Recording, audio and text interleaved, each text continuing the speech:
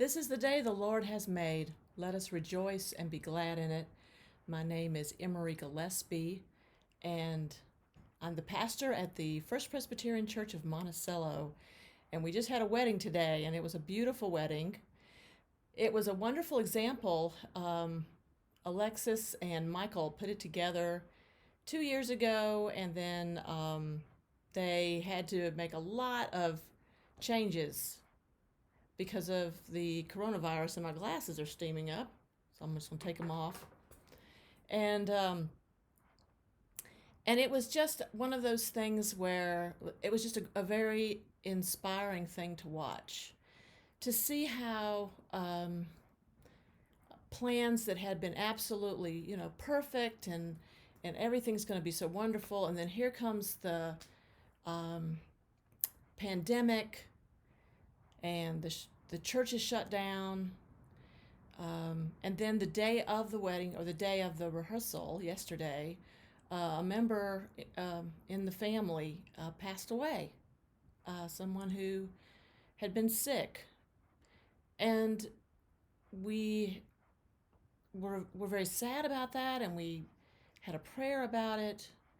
And then today, here's this lovely wedding. Just beautiful in so many ways. We had a lot of diversity there, which was wonderful.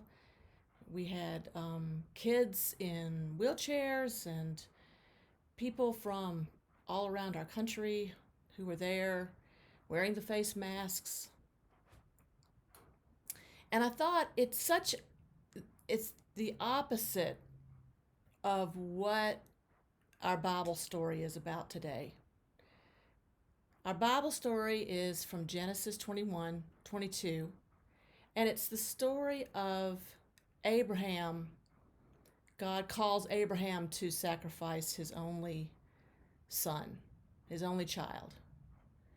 And he's prepared to do that. He has so much faith in God that he is prepared to do that. When I was a little girl, I looked at my mother's children's Bible. And there's just the scariest picture of this moment, where this father is looking up, this older man is looking up, listening to God, lifting up a knife to sacrifice his child.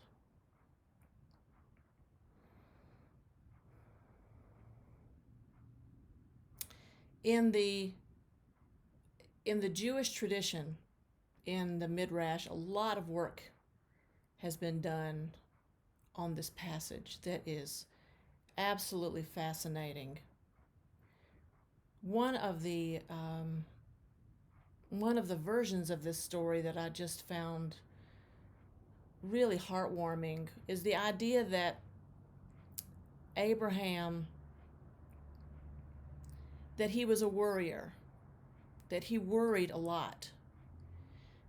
Here he was, the first one called to sort of set the reboot button.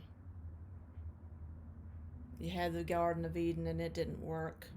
You had Noah's Ark destroying it. Now this is the third time that God is attempting a reboot. And Abraham and Sarah, they are developing a consciousness, an awareness. And Abraham starts to worry, and you can see rumblings of it through the story where he is, what if this happens and what if that happens? And he's concerned, and he changes his mind a lot, and he looks back a lot and second guesses himself a lot.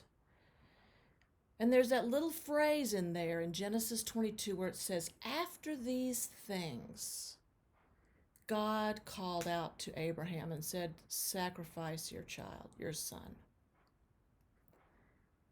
The Jewish Midrash tradition says that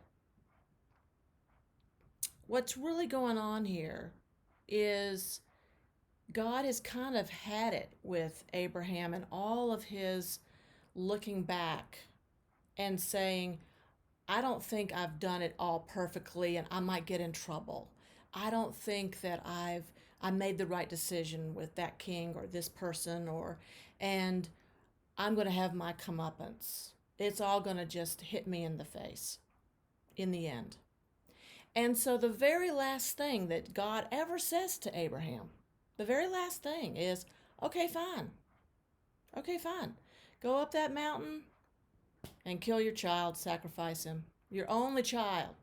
The only hope we have, go ahead and do it. And so there's this kind of sarcasm that comes out in the Midrash, that it's God sort of saying, I can't work with you because you're always worrying and you're always second guessing and what if, what if, what if. And I think about the wedding today and how the bride and the groom, in planning it, they just kept saying, it's going to be a happy day. It's going to happen and it's going to be all right. And no matter what is going on in this world, the love we have for each other, the love we have for this church, the love God has for us, that's going to stay the same and is going to sustain us all the way.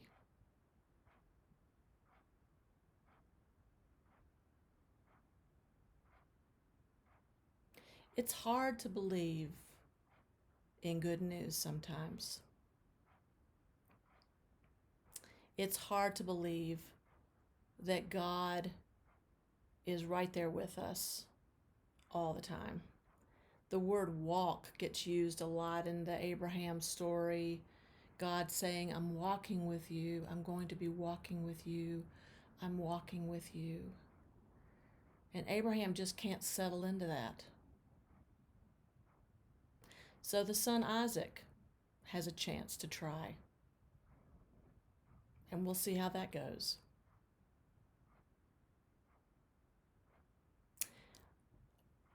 When I think about this image, which is the opposite of a loving father, right? We have Abraham about to